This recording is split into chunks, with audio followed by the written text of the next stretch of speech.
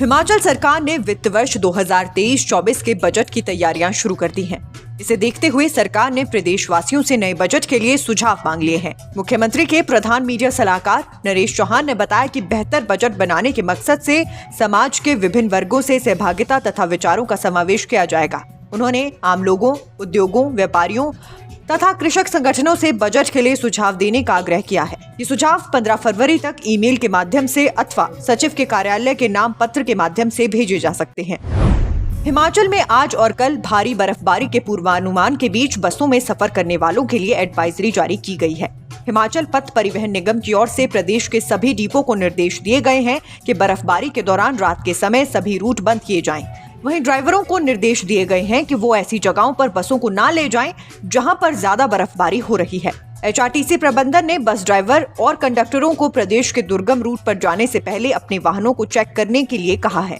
प्रबंधन ने एडवाइजरी में कहा है कि अगर रूट पर चलते हुए ज्यादा बर्फबारी हो जाए तो बस को आगे ना ले जाएं, बल्कि किसी सुरक्षित स्थान पर पार्क कर लें। हिमाचल के सभी औद्योगिक क्षेत्रों में वर्षों से एक ही जगह पर डटे अधिकारी और कर्मचारी मुख्यमंत्री सुखविंदर सिंह सुक्खू के रडार पर आ गए हैं। मुख्यमंत्री ने ऐसे सभी कर्मचारियों और अधिकारियों की रिपोर्ट तलब की है जो कई सालों से एक ही जगह पर डटे हुए हैं।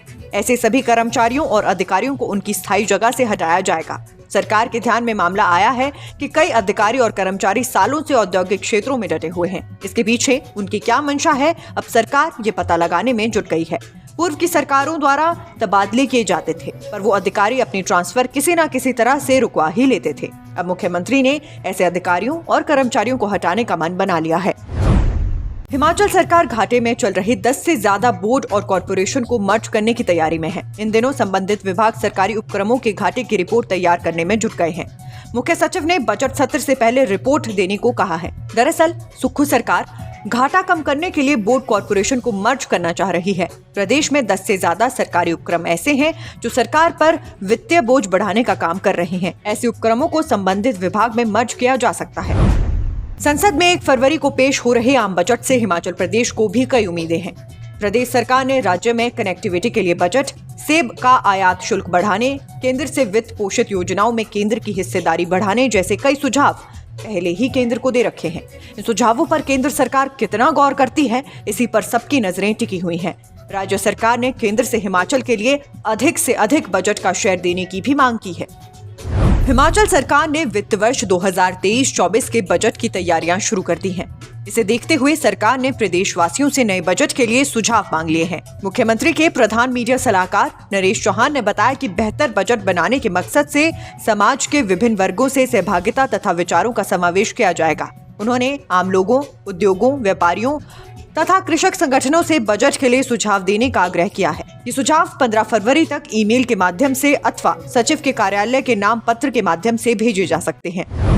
हिमाचल में आज और कल भारी बर्फबारी के पूर्वानुमान के बीच बसों में सफर करने वालों के लिए एडवाइजरी जारी की गई है। हिमाचल पथ परिवहन निगम की ओर से प्रदेश के सभी डिपो को निर्देश दिए गए हैं कि बर्फबारी के दौरान रात के समय सभी रूट बंद किए जाएं।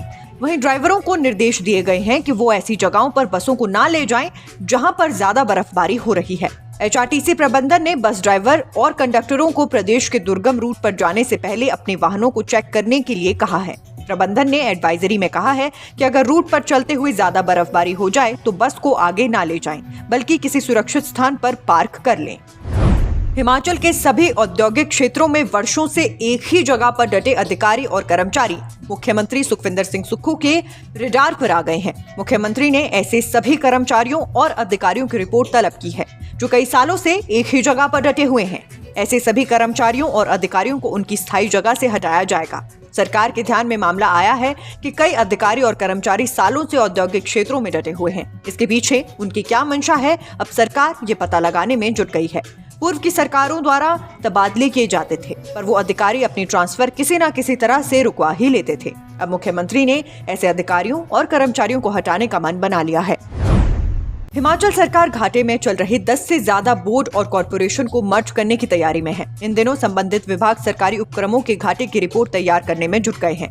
मुख्य सचिव ने बजट सत्र से पहले रिपोर्ट देने को कहा है। दरअसल सुक्खू सरकार घाटा कम करने के लिए बोर्ड कॉरपोरेशन को मर्ज करना चाह रही है। प्रदेश में 10 से ज्यादा सरकारी उपक्रम ऐसे हैं जो सरकार पर वित्तीय बोझ बढ़ाने का काम कर रहे हैं। ऐसे उपक्रमों को संबंधित विभाग में मर्ज किया जा सकता है। संसद में 1 फरवरी को पेश हो रहे आम बजट से हिमाचल प्रदेश को भी कई उम्मीदें हैं। प्रदेश सरकार ने राज्य में कनेक्टिविटी के लिए बजट, सेब का आयात शुल्क बढ़ाने, केंद्र से वित्त पोषित योजनाओं में केंद्र की हिस्सेदारी बढ़ाने जैसे कई सुझाव पहले ही केंद्र को दे रखे हैं।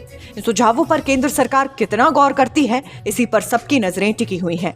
राज्य सरकार ने केंद्र से हिमाचल के लिए अधिक से अधिक बजट का शेयर देने की भी मांग की है।